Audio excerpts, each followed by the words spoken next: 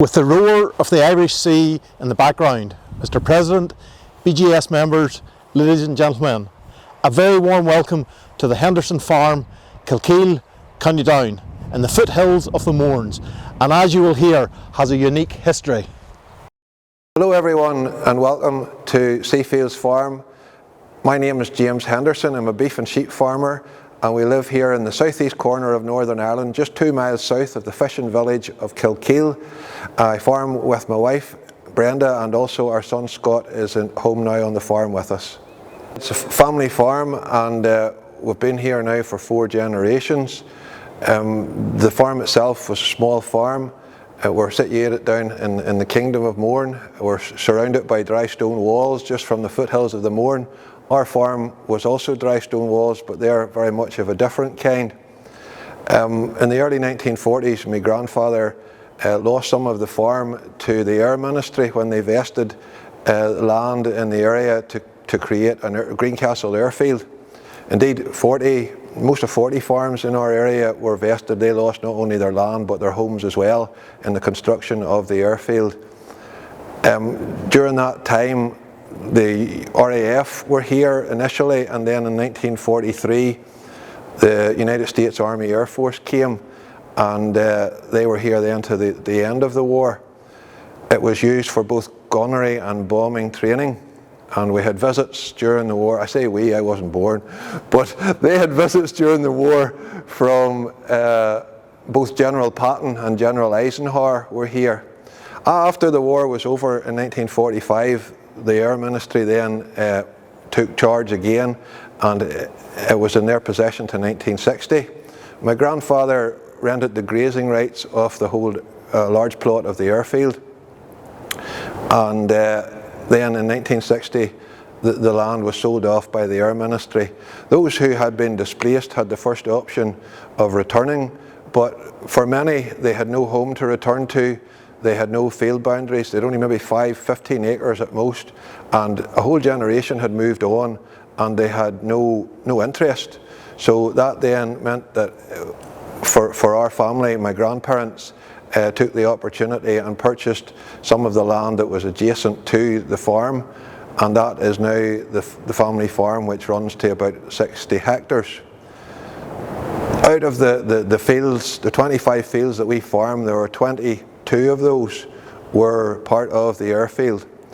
So after the war in the early 1960s, then you can imagine what an airfield was like, just a wide open plain. And my late father went about the unenviable task of breaking up those concrete runways and taxiways and reclaiming that land.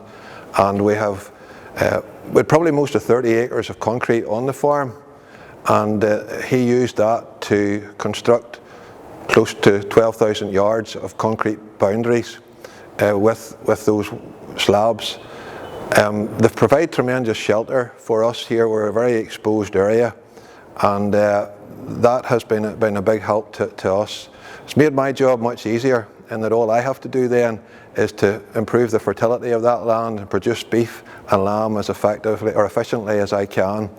It was my dad's lifetime's work, and it leaves a legacy for us to continue.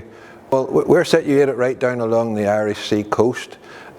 Just our land actually runs down to the coast, so on one side to the south of the kingdom of Mourne there's the Irish Sea coast, and then to the north we have the majestic Mourne mountains and the fishing town of Kilkeel. Most of the industry all is around either fishing or farming in the area, and has done so for many generations.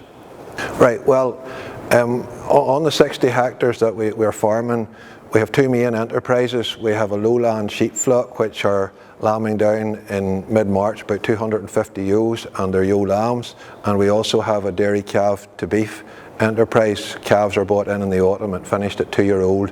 We would also just grow a small acreage of about 12 to 15 acres of winter barley, which is part of our reseeding rotation, but it's also very useful for home feed and for bedding as well.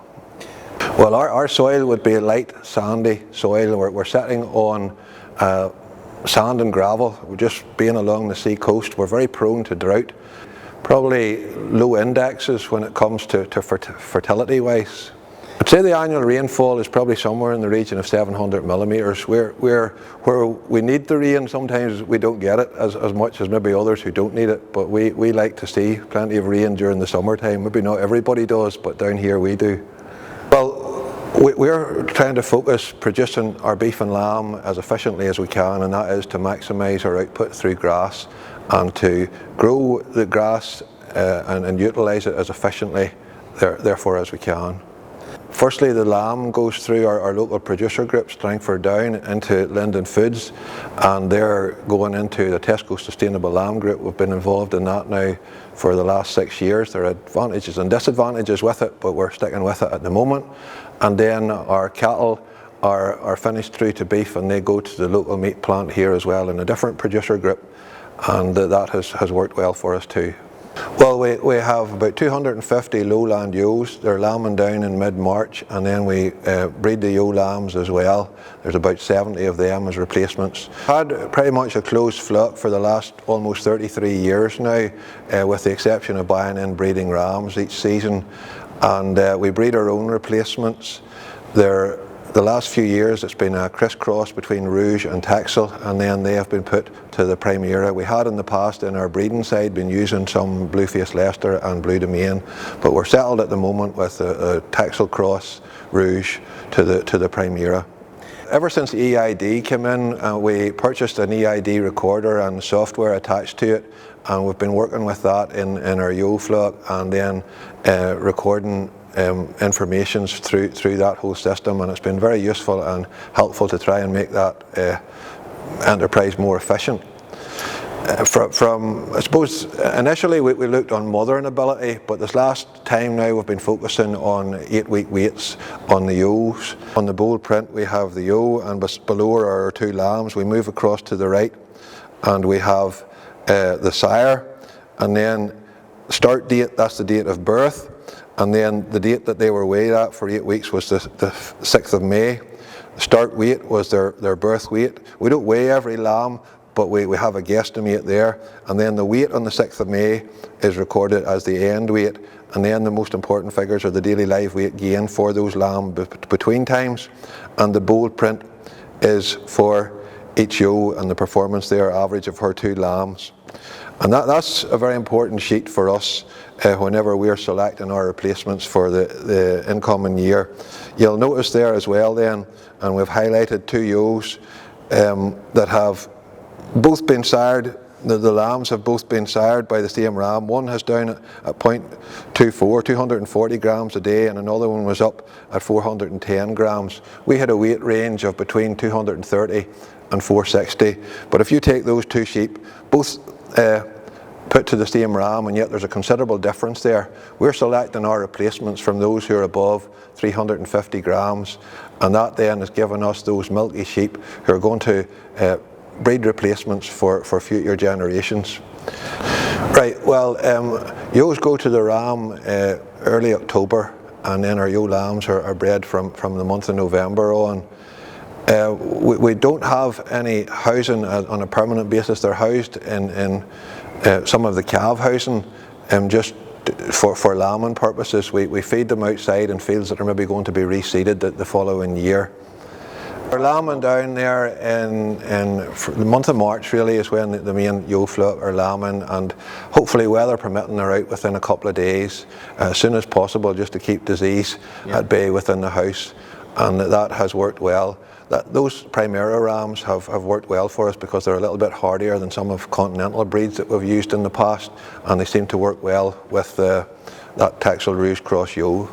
Yeah, well, it's particularly important that they have a concentrated feed just in that month running up to lambing time, that it's good quality, and that also reduces the concentrate level that we have to feed. So we do place great emphasis on making that good silage for both our sheep and our cattle. Yep. Well, we're putting them mostly into the new grass lays, or it's ground that we haven't grazed in the previous spring by sheep. If we can do that, if possible, we're alternating the species in our grazing as we go round. We would sometimes have to put them out just in fields beside the house in the early stages, but we try to group them then into fields and into a paddock system as time goes on. Well, after they're getting concentrates in the last few weeks up to lambing time, but then they're going to grass without concentrate. Well, it's easy enough to get a good scan. We're in around 195% usually, and we're somewhere in around the 1.7 lambs per ewe going to the field. As far as our benchmarking figures go, we have been producing somewhere in the region of over 400 kilograms of carcass weight per hectare through the season. Well, we start there about usually the third week in May, right through the summer on a weekly or fortnightly basis, just depending on growth rate. Well, we've been focusing on performance records. I know when I was at Agricultural College in the mid-80s, the pig unit there had daily live weight gains and days to slaughter, and you know, I think that's something that we need to apply in our sheep flock, and that's what we've done through the EID and through the software system that we're using. And hopefully you'll see that in a very short period of time there can be substantial improvements. If I talk you through the top row there, our days to slaughter in 2015 were at 216, and in 2019 we have brought that down by 68 to 148 days. I suppose the most encouraging thing for me, Ian, is just the second row, and that is the daily live weight gain. Now that's from the first lamb was born to the last lamb is slaughtered. That has steadily improved year on year. From 210 grams, it's gone up now to in 2019 there, it's 280 grams per day. There has been a wee bit of variation in carcass weight, slightly lighter than what it's been, but overall, when I look at the average slaughter date for all the lambs, it went from the 18th of October and we're now down at the 11th of August, and that has freed up a lot of autumn grass for topping. It's freed up a lot of autumn grass for use for finishing cattle and for the young calves as well, and hopefully has improved our efficiency. Well, we're recording all our veterinary uses as we would in any farm quality assured scheme. We have used our toxo and enzo vaccinations in those ewe lambs when they're introduced to the flock. We have them on a Pasteurella, pneumonia and the Clostridial program as well. We have vaccinate them against foot rot in the springtime, and then we're recording any worm treatments that we do with our lambs throughout the season as well. When it comes to ewes that are lambing down with 3 lambs, we put her to the field with 2 lambs hopefully, and the third lamb we take it and we put it on the automatic feeder. It's just very difficult to get them to rear 3 lambs successfully, and you have to maybe meal feed them and creep feed the lambs, whereas we concentrate on that one lamb and she does the rest at grass. We can end up then sometimes with 50 to 60, maybe even as high as 70 lambs that are reared, pet lambs that are reared on the automatic feeder. They get about 10 kilos of milk powder, hopefully no more. They're introduced to creep feed and then they're put to grass as well. My wife looks after them and she does a very fine job. And hopefully that compliment, she'll be doing it next year as well. Soil fertility is probably quite low just because of the nature of sandy soil, and it's difficult to get it built up. Some of the land would have been part runway and it was scraped at times and would have been subsoil. But we're able, and we have an agreement with local farmers where we're able to make use of some of the slurry, and that has helped to improve the fertility over a number of years. I suppose because they're our sheep and also we're all young stock, we don't have any cows, our loading value has in around 146 kilograms per hectare, and that allows us to import somewhere in the region of 100,000 gallons of slurry. Well, the sheep have to take priority in the springtime, but our cattle, we have some heifers out this year in early March. They grazed some of the silage ground off, and then all the older heifers were out at the end of March, and the young calves didn't get out until April. It was just that little bit colder on them and we didn't have the growth that we normally have. But we like to get them out as early as we can and make use of that early grass. Well, this last number of years we've been using paddock systems for both the cattle and now the sheep as well. It's something which we were able to develop through being involved with business development groups, and we had the experience there of being in other farms. We had an advisor on farm who was helping us along the way as well, and that has helped to develop that whole system in this last few years. Yeah, well, we're out on a weekly basis with the plate meter. I'm part of the grass check programme, and we supply that information to AFBI, and they then put out a grass check report in the local press. But I do it very much for myself. We look at the grass wage on a weekly basis and see how we're off for grass. We have it helps us to keep our finger on the pulse, if you like. We know how much is available. We know what the grass growth is for that week. We have a figure for the demand as well, and we can make our decisions accordingly, whether it means taking surplus paddocks out for bales, or whether it means holding the stock back and feeding them some of those surplus bales. And that is a big help in just being able to manage that on a weekly basis. We didn't have an infrastructure for water in place. We just had one trough in each field, but then when we subdivided those, we had to find some way of doing that. So we then made use of trailers which were made by a local lad and an engineering company that he had started.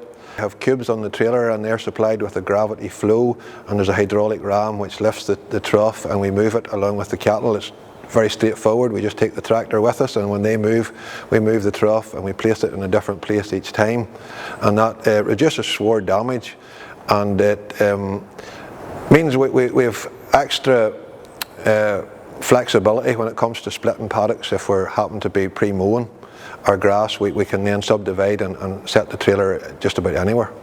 It also helps us then to facilitate getting minerals into particularly the cattle during the grazing season.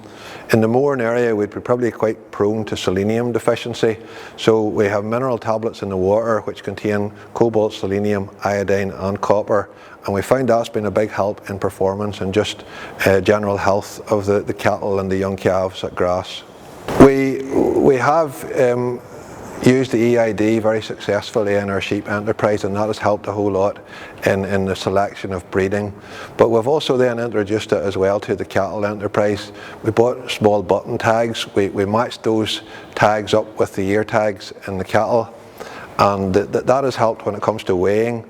We find it very easy with a Bluetooth connection to go in there, read off the animal's tag. It's automatically recorded. The daily live weight gains are recorded on the handheld. We can also record any information such as anthelmintic treatment, vaccines, or if we happen to use antibiotics, we can use that as well to record that. And this past year we've also linked that in to an app that we have on the phone, whereby we're not always going to be carrying the EID recorder, but we'll always have the phone. We can record any treatments, or we can check treatments that have been made, so that we know what to proceed with if an animal was unwell. We take about usually 3 cuts of silage. I'm saying that provided it rains during the summer and we get a second cut in the middle, but we have the first cut taken about the 3rd week in May, and then another cut, all being well, in early July, and a 3rd cut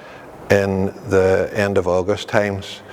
We mow it off ourselves. It's tedded out by a neighbour, and then the contractor comes in some 24 hours later. So we are trying to make really good quality silage that those stock will perform on and need less or little concentrates during the winter months.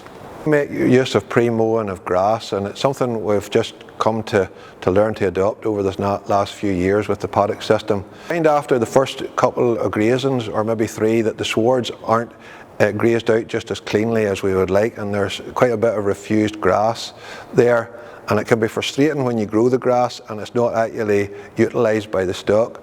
But what we found was that by pre-mowing, we subdivided the paddocks in 2, gave them enough to do one day, that there was a really good clean out after that. And hopefully you'll see from some of the photographs that we've put on there, the difference between a sward that wasn't well cleaned out and one that is like day and night.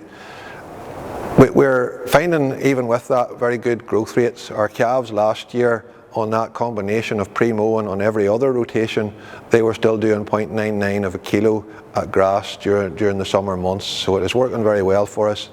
Our grass utilisation, from the figures that are coming back from AgResearch or AFBI, is somewhere in the region of 86%. So we're getting good utilisation and good performance and getting a good balance there. I know that pre-mowing grass for beef cattle may not be common. It may be something that's more done in dairy farms, but we have found it's been very successful now. And in particular, just to see that the stock thrive and how full they are after going into that sward. The advantage of living beside the sea is that we are very good access to the beach, and we're quite often we have seaweed comes in on the tide, and we have made use of that in recent times in applying it to the fields, and we hope to do more so in the future.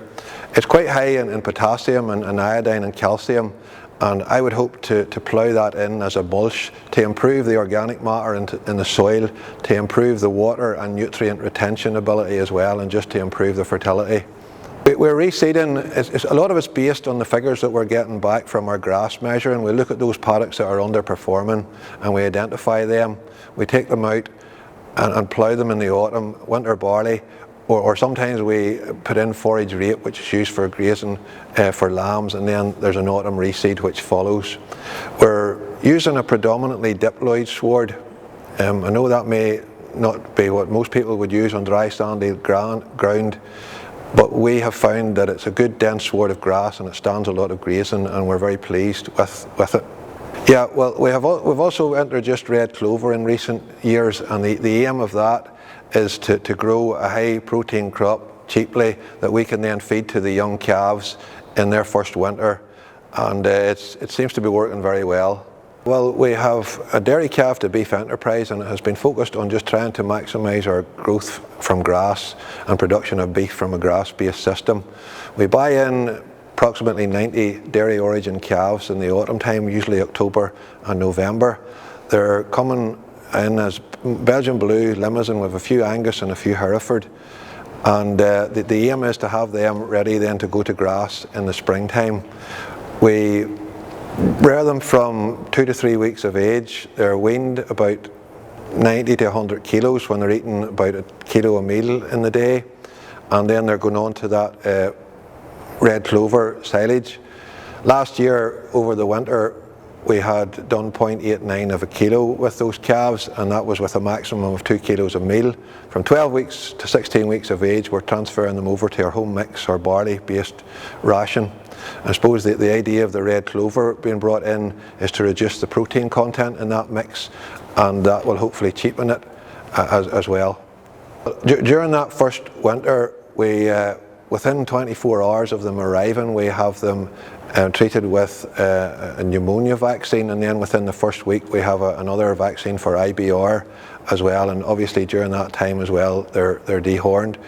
We're trying where possible to reduce antibiotic use, so with those vaccinations, if we have an issue, we try maybe to use an anti-inflammatory before we go to an antibiotic where possible, and then at turnout we treat them with a clostridial vaccine 1 and 4 weeks then after turnout as well.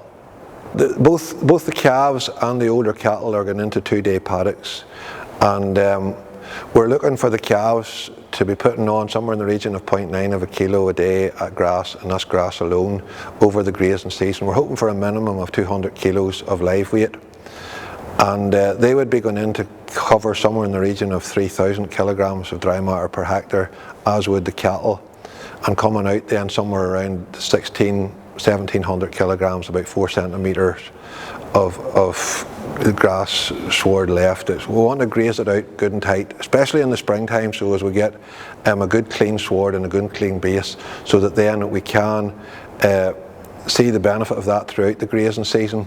Through the pre-mowing in mid-season, we're balancing the utilisation and performance. In the autumn time, we're probably leaning slightly more towards performance, and we're maybe grazing it out to about 5 centimetres. But that's because we're trying to finish those cattle, and the calves, they still, even at that time of the year, we manage with autumn grass to get somewhere in the region of 0.9. Last year, the calves in September, October were doing 0.97 of a kilo on that autumn grass. Each year, out of those 90 cattle, we're just running them as one bunch. The older cattle, they're hopefully after their winter, they have been stored over the winter on the good quality silage, and they would have probably put on somewhere in the region of 0.6. They actually did 0.64 of a kilo last winter on that good silage and very little meal. They had half a kilo of meal up into Christmas, and then they went to the first cut silage and all they had was 100 grams of minerals to that to turn out. Compensatory growth was hopefully kicking in, and we're getting a kilo to 1.2 kilos a day. And by the autumn, some of the native breeds, the Angus and the Hereford, were going away in the late summer, and then the other Blues and Limousins were maturing nicely in around 24 months. Some went away directly off the paddock. Others we supplemented for a short time at grass, and then there's the other batch. We kind of end of September we make a decision, and we split them accordingly, and we house a small number that we feel are just going to need that little bit of extra finish over maybe a 30-day period or something. As far as the average carcass, some of the Angus and Hereford are maybe that little bit lighter. You get the bonuses with them, but you're close to 280 to 300 kilos of a carcass. Where we're dealing with the Belgian Blue and the Limousin, we're looking more 320, 340 region. Some could be as high as 360 or so, but somewhere in around that 320 to 340 would be ideal. Many of those would be O+ and into R grades. Yeah. Well, we have, through managing the grass hopefully well throughout the summer months, we still have good quality autumn grass, and with them being heifers they'll be that little bit easier finished as well. And for me those type of animals are maturing just nicely at 24 months. Well, certainly from alternating the grazing, we have found that has reduced the worm burden. We've seen that perhaps in the performance of the sheep, but we're also seeing it in the performance of the cattle. We're doing some work with Queen's University and their research programme on the worm and anthelmintic use. Every 2 weeks we have the calves, we have fecal samples taken, and that's monitored. So we're only then treating for worms when it's necessary. When we're getting somewhere over 200 eggs per gram is when we're looking to treat. And the older cattle, if we manage them right in the first year, we then don't need to treat them at all because they have built up that natural immunity. And that between that and the alternating of the species and the silage, it has helped to reduce the worm burden significantly, and it's seen a good performance result. Right, well, our level of concentrate usage over this last number of years, particularly from began the paddock grazing system, has gone down in the dairy calf to beef from 12 to 1300 kilograms. We're now down at around 500 kilograms in the lifetime of the animal on farm. The majority of that is fed during the calves' first winter, somewhere in around 300 kilograms. They're getting none at grass in their first year. They're getting a minimal amount during their store period in the winter, just whatever's required with good quality silage, and then some go away without any concentrate and others will have that short finish. But we've gone from that 12 to 1300, we're down somewhere in around about 500 kilograms in a lifetime now, and we hope to settle that between 400 and 500 kilograms of concentrate over the lifetime of the animal. Hopefully that's down to just making good quality silage and utilising grass on the paddock system properly. Well, we're not trying to win competitions by beating the local dairy farmers, but we want silage that's going to take those cattle through a store period in the winter with little or no meal. We're looking at a 30% dry matter, D value 70 plus. We're hopefully ME close to 12 and maybe protein somewhere upwards in 14. Ideally that would be very pleasing to have silage of that quality. Just going forward as a farm then, we hope to continue to be efficient in both our production of beef and lamb through grass growth and utilisation. I suppose on the sheep side of it, I would like to improve some of those figures from scan to seal, and we'll be looking into that on our EID system. We would also then on the calf side maybe look to try and purchase more calves directly off dairy farmers. It's probably a difficult thing to do when you're trying to purchase them in a small window time-wise. But if I could build up a relationship with them and could supply semen even to the dairy farmer and provide him with easy calving bulls with short gestation period, that would then hopefully help us in carcass gain and good quality animals, but it would reduce the infection that would be coming in from a vast number of dairy herds. But we're also involved in a beacon farm network where 50 or so farms throughout Northern Ireland are involved in measuring our carbon footprint, and I suppose at the moment I'm at the bottom of a steep learning curve on that front, but we're looking forward to the challenge of that and to see how we can improve there just in reduction of carbon footprint. As a farm going forward as well, in 2020 we were selected as one of the technical demonstration farms for grassland management, so I'm hoping after COVID to soon welcome some of the first farm groups on to the farm, and I look forward to the challenge there. As I said at the start, I'm the 4th generation of the Henderson family to farm in this area, and our son Scott is now at home with us, and despite the difficult climate that we're in at times in farming, hopefully that will continue as part of the family for the next generation and generations to come. It's been a pleasure today as well just to have the British Grassland Society with us, and I hope that in this whirlwind tour that you've had in the short time that we have, that you've seen something of interest on our farm. Thank you for joining us.